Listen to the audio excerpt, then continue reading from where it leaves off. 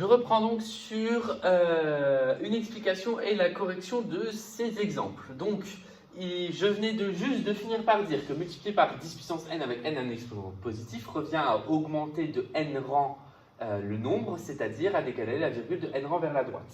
Cela ne revient pas à dire au passage ajouter n0, d'accord? Ça c'est bien important de ne pas commettre cette erreur. Ensuite, pour n rang, ça sera n rang vers la gauche quand l'exposant sera négatif, donc multiplié par 10 puissance moins n. Donc ça c'est ce que je venais de finir de dire avant d'être coupé sur la vidéo précédente. Sur l'exemple qui suit, il faut donc du coup se poser la question, quelle est la puissance de 10 qu'il manque? C'est-à-dire qu'ici, vous voyez que je passe de 57 multiplié par 10 puissance quelque chose pour arriver à 5700. Je cherche donc une puissance de 10 manquante. Donc deux questions à se poser, c'est est-ce que le nombre va grandir, va augmenter de rang, et si oui, du coup, deuxième chose, de combien de rangs? Donc ça va donner le signe de l'exposant et la valeur de l'exposant. Donc ici, c'est comme ça que vous allez compléter. Donc, je vous laisse un peu de temps pour observer ces exemples et les faire. Voilà, vous pouvez mettre pause avec mon plus gros sourire.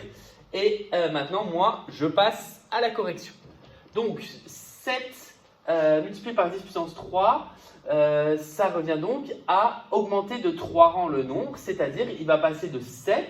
Si je l'augmente de 1 rang, ça va devenir 70 multiplié par 10, puis 700, puis 7000, c'est-à-dire multipliant 3 fois la grandeur, la virgule qui était là passe ici, et donc elle a été décalée de 3 fois vers la droite, c'est-à-dire que le nombre a augmenté de 3 rangs, donc il a été multiplié au passage par 10 puissance 3 qui vaut 1000. Donc évidemment, tout le monde sait que 7 fois 1000, ça fait 7000, mais là on voit une autre façon de le faire. Ensuite, 0,48 fois 10 puissance 5, ça revient à augmenter ce nombre de 5 grandeurs, c'est-à-dire décaler la virgule de 5 rangs vers la droite. Et ici, comme ici d'ailleurs, au passage, je ne l'ai pas dit, mais ça a rajouté des zéros. Donc là, je vais passer de 0,48. Si j'augmente d'un rang, ça fait 4,8, toujours pas de 0. Ensuite, 2 rangs, ça fait 48, pas de 0. Mais à partir de 3, ça fait 480. 4, 4800. Et donc 5, 48 000.